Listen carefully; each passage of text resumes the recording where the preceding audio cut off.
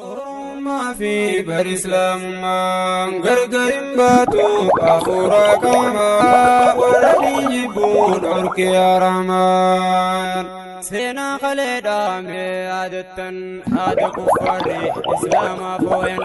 garboolla meeqaa islaamaa qotan akkasumaanuu fixuu dadhaban Itoophiyaa faayyoon yaadattan qeensii fi beenteen waan hojjetan mootummoonnis isaanii turan islaama fixuuf kan dirree bahan isin keessummaa islaamaan jaan Itoophiyaarraa humaa hin qabdan tan kaabiraati biititu jaan tanaaf isinis akka kafattan kiristaanummaa akka fudhattan islaamummaa immoo akka lakkiftan gadhiisuu baannaan aseenin teeysan biyya teenyarraa akka baqattan as teenyaan ammoo dirqeen fudhattan jechuun islaamaa doorsisaa turan Yohannisii fi Teedaruus jaan 52 ol fixan akkasumaanuu barnu dadhaban ayyoo fi abboo yoom kafarsiisan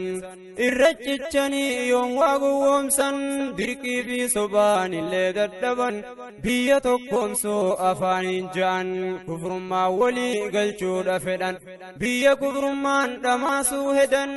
yaada san qaban durii fi ammaa warra diintuquu dhorke yaa rahmaan. Oromummaa fi barislaamummaa gargarin baatu afuuraa qaamaa warra jibbuu dhorke yaa rahmaan. Hinaaffaa qaban jarri yoomumaa warra diintuquu dhorke yaa rahmaan. Jarri hunduruu tolanuun qaban lubbuun jiraachuu keenyaa'uun fedhan Oromoo tahuu keenyaaf nu yakkan islaama tahuuf daran nu jibban hojii Minilik yoon yaadattan lammiitoo dirqii namummaa mulqan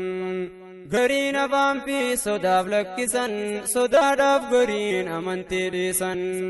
Oromoo Arsii waan irraanfattan afaan amantii sin jijjiirru jaan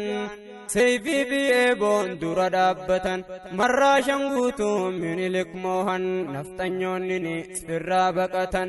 Awurooppaadhatti firraa iyyatan Ingilizirraa gargaarsa harkatan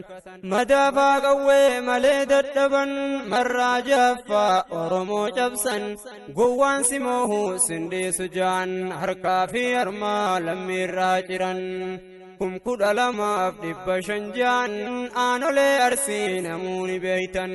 amantiis jarri islaama qaban Oromummaadha sabboonaa tahan lachuutuu jarri yoom waa lakkisan hafuuraa qaamni gargarin bahan amantiif sabaas gaddeessuu didan seenaa galmeeysan irraa laallattay yaa ijoollee ammaa warra diintuquu dhorke yaa rahmaan. Oromummaa fi barislaamummaa gargarin baatu afuuraa qaamaa warra jibbuu dhorke yaa rahmaan.